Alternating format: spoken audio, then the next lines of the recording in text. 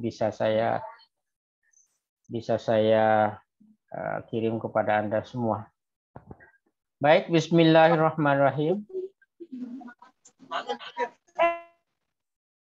Leoni, ada masalah Leoni.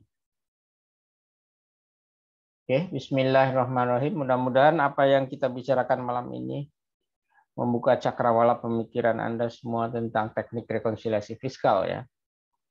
Dalam rangka usaha kita untuk mencoba menghitung laba fiskal ya dan PPh badan atau PPh yang terhutang. Baik, kita mulai. Ini banyak teori untuk metode ini, untuk teori teknik rekonsiliasi fiskal. Ada beberapa teorinya ya. Kenapa ini saya sertakan? Agar kalau paling tidak kalian bisa membaca terlebih dahulu ya. Rekonsiliasi fiskal untuk menghitung PPh badan, poin 81 artinya pertemuan ke-8, poin 1 pengertian PPh badan karena masih ada yang belum paham ya.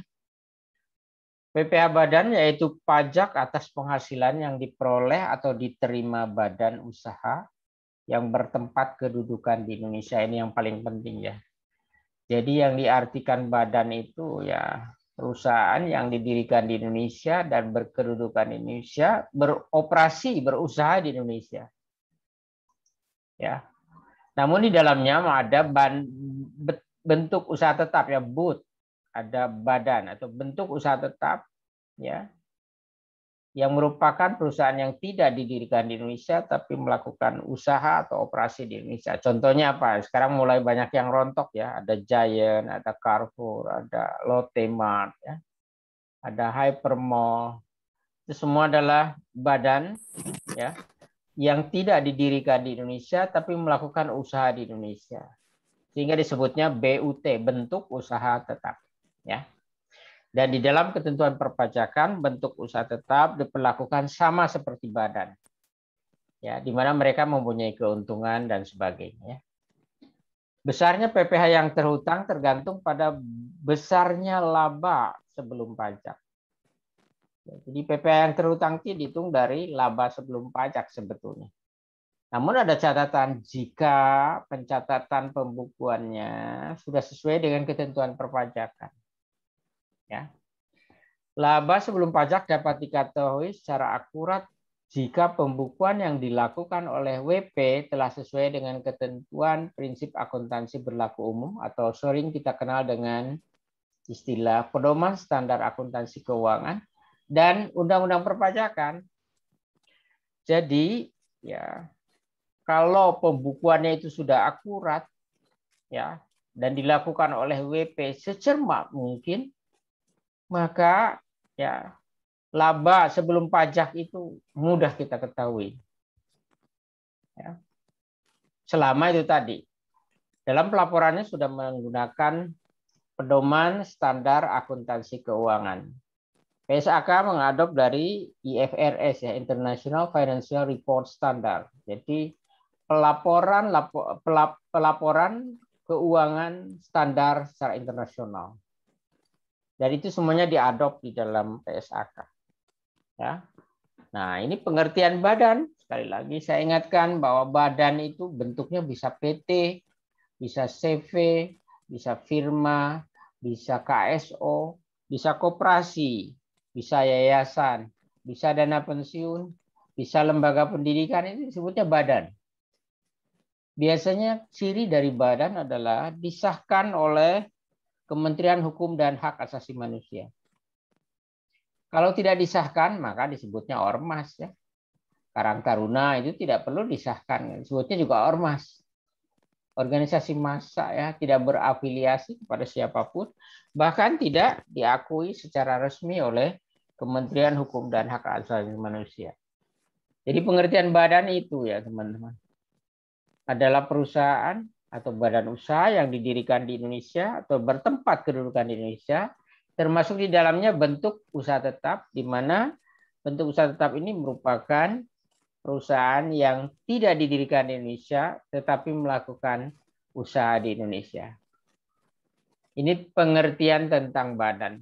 Lalu PPh berarti pajak penghasilan yang dikenakan terhadap badan. Ya. Ini pengertian tentang badan dan PPh badan. Baik, 82 pembukuan sebagai dasar perhitungan pajak. Jadi ya di dalam Undang-Undang Nomor 7 Tahun 83 tentang pajak penghasilan, ya bagaimana telah diubah terakhir dengan Undang-Undang Nomor 36 2008 dalam pasal 6 menyebutkan bahwa salah satu cara menghitung besarnya penghasilan kena pajak adalah penghasilan bruto dikurangi dengan biaya dan beban seperti dimaksud dalam pasal 4 ayat 1, pasal 6 dan pasal 9. Dan untuk bentuk usaha tetap disebutkan pada pasal 5 ayat 2 dan ayat 3.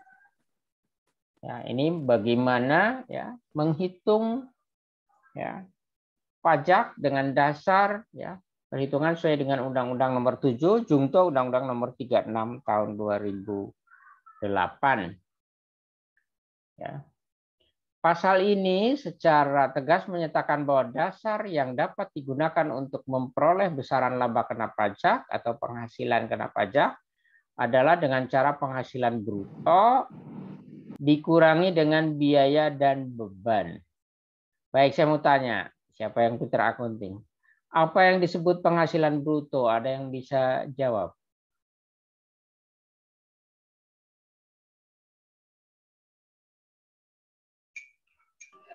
Penghasilan kotor. Penghasilan apa?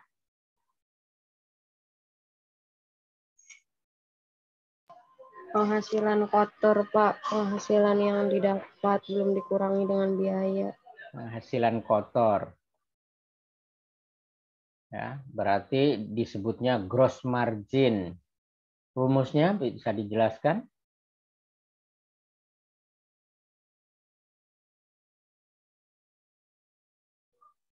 Siapa tadi, Farida ya?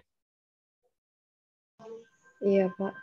Ya, bisa dijelaskan rumusnya apa? Penghasilan bruto dengan penghasilan kotor kan sekali 3 uang, itu juga. Coba rumusnya apa? Penghasilan bruto itu semua penghasilan yang didapat. Kalau penghasilan neto itu penghasilan bruto dikurangi beban dan biaya-biaya. Benar nggak, Pak? Untuk orang pribadi mungkin bisa ada benarnya seperti itu. Tapi untuk badan secara spesifik bisa disebutkan apa itu gross margin atau penghasilan kotor. Ada yang lain yang bisa menjawab? Jadi kita bicara tentang PPh badan ya. Kita tidak bicara tentang PPh orang pribadi. Kalau PPh orang pribadi, penghasilan kotor adalah semua penghasilan dari gaji pokok, ditambah tunjangan-tunjangan, ditambah iuran yang dibayar oleh pemberi kerja, itu adalah penghasilan kotor namanya. Tapi itu dalam konteks PPh orang pribadi. Sementara kalau dalam konteks PPh badan, apa yang disebut penghasilan kotor atau rumusnya seperti apa?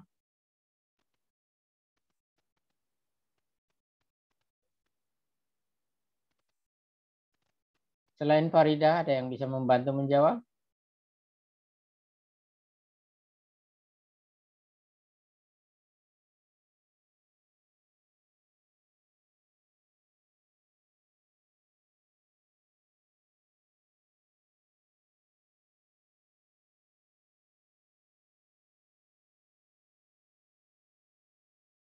Gak ada yang tahu ya. Untuk perusahaan, apa yang disebut laba kotor, tidak ada yang tahu. Laba kotor dengan penghasilan kotor itu kan sama. Atau gross margin.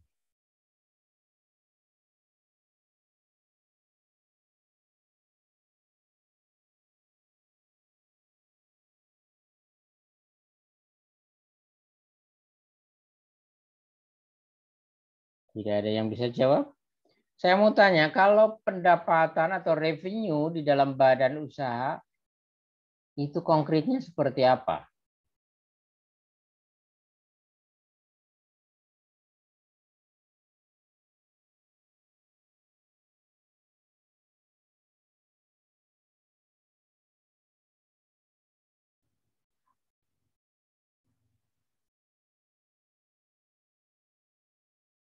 Dio, tahu Dio atau Farida tadi menjawab untuk orang pribadi ya.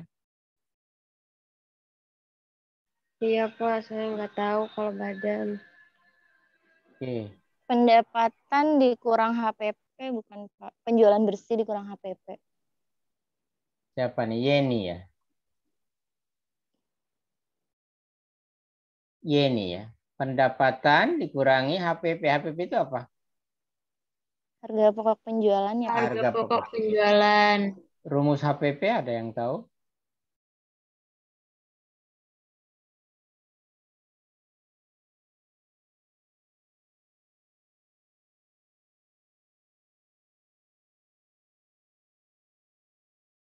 Rumus HPP ada yang tahu? Persediaan awal dikurangi persediaan akhir. Persediaan awal Iya sih Pak. persediaan awal dikurangi persediaan akhir.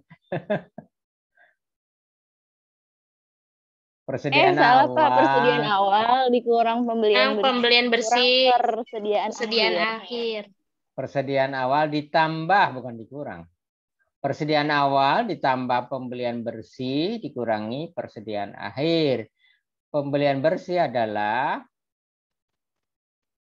pembelian dikurangi retur pembelian dan potongan pembelian. Waktu kurang dari 10 menit teman-teman. Nanti seperti biasa join lagi ya. Jadi apa yang disebut margin gross atau gross margin atau penghasilan kotor adalah penjualan atau omset dikurangi dengan harga pokok penjualan. Harga pokok penjualan adalah persediaan awal ditambah pembelian dikurangi persediaan akhir ya. Jangan persediaan awal dikurangi persediaan akhir, ini enggak jelas ya. Jadi harus ada unsur pembeliannya ya. Baik. Ya. Jadi di dalam menghitung berapa penghasilan kena pajak harus diketahui dulu berapa gross marginnya. Ya. Dan untuk menghitung berapa PPh yang terhutang, gross margin itu harus dikurangi dengan biaya-biaya. Ya.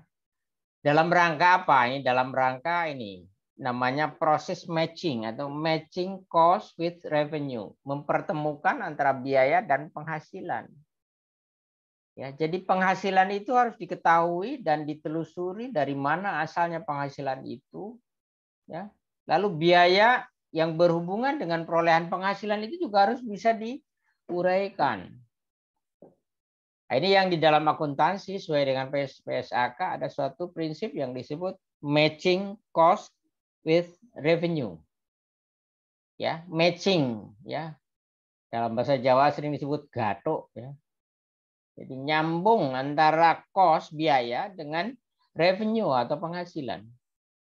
Ya, proses matching antara penghasilan dengan biaya yang terrefleksikan dalam laporan perhitungan laba rugi suatu badan usaha. Nah, ini pembukuan ya. Jadi dasarnya adalah pembukuan. Ada yang tahu bisa menjelaskan apa itu pembukuan? Pertemuan pertama kalau nggak salah sudah ini. Pembukuan itu apa?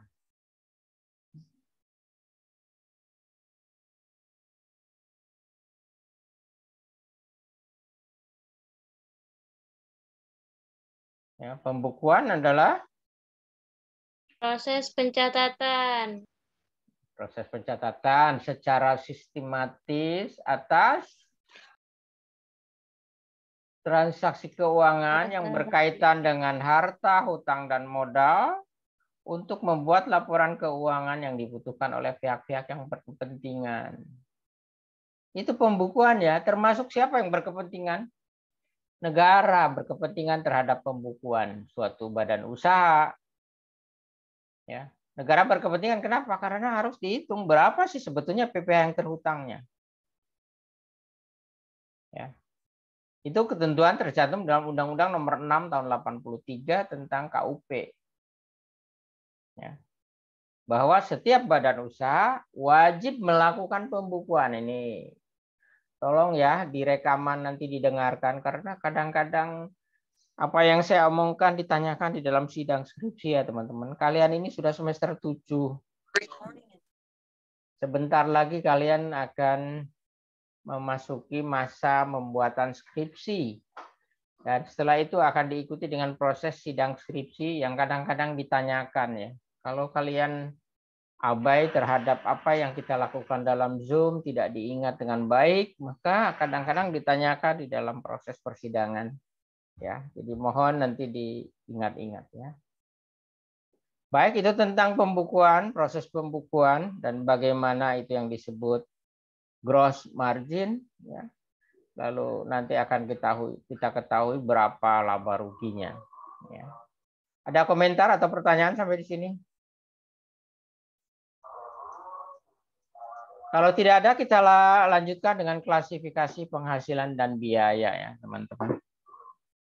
Jadi di dalam perhitungan menghitung berapa sih penghasilan suatu badan usaha, kita harus paham dulu ya. Apa saja klasifikasi penghasilan tersebut dan apa saja klasifikasi biaya-biaya tersebut ya. Penghasilan di dalam perpajakan, sekali lagi ini di dalam perpajakan ya.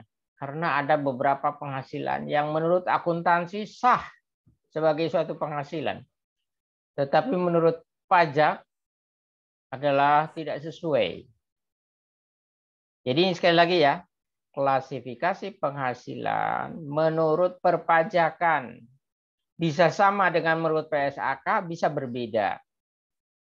Ya, kenapa? Karena ada hal-hal yang menurut akuntansi adalah sesuai dengan pedoman standar akuntansi keuangan dan sesuai dengan IFRS. Tetapi karena undang-undang dibuatnya di Indonesia, sementara IFRS dibuat untuk seluruh dunia, maka bisa saja terjadi perbedaan. Ya. Perbedaan antara pengklasifikasian mana yang disebut penghasilan dan mana yang disebut biaya. Baik, ada 3 kelompok ya teman-teman. Yang pertama penghasilan yang merupakan objek pajak penghasilan. Ya, jadi penghasilan yang merupakan objek pajak penghasilan. Ya.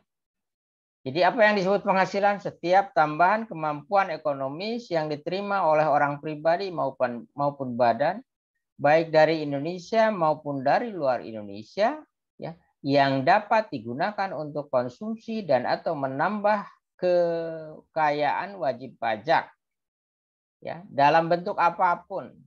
Jadi setiap tambahan kemampuan ekonomis. Nah ini yang disebut penghasilan secara umum.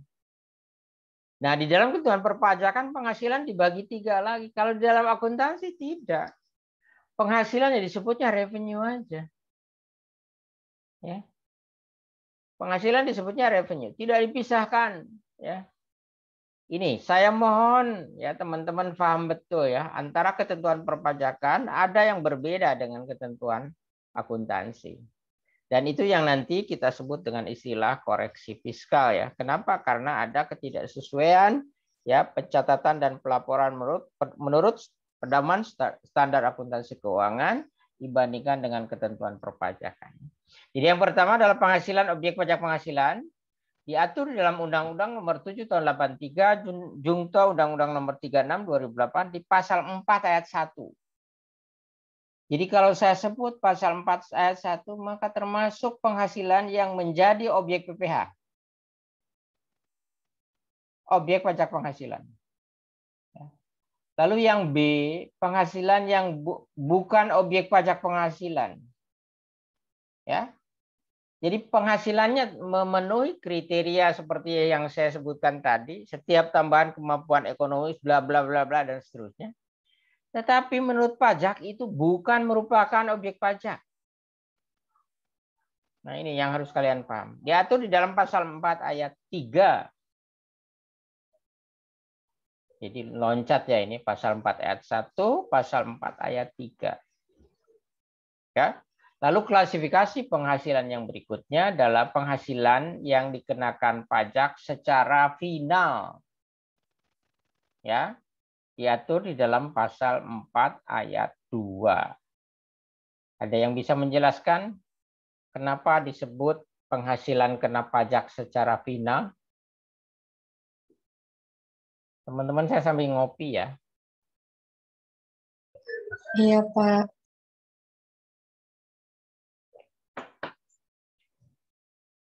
Baik, ada yang bisa menjelaskan penghasilan kena pajak secara final?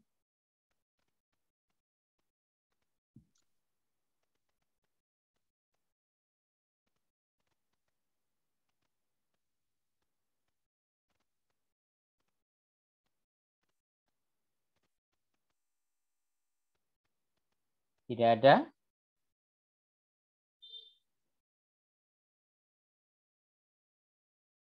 Farida? Karena tidak bisa dikreditkan ya Pak. Betul sebetulnya ya. Itu akibat dari pengelompokan pasal 4 ayat 2 tidak bisa dikreditkan. Ya, bukan termasuk kredit pajak. Ya. Cuma apa sih sebetulnya itu? Ya, penghasilan kena pajak secara final itu adalah penghasilan sama ya, sesuai dengan kriteria penghasilan tadi. Sesuai dengan definisi penghasilan tadi yang saya sebutkan. Ya. Tapi dikenakan pajak secara final, ya hanya dikenakan pajak secara final itu ya tidak diteruskan, tidak diikutkan di dalam proses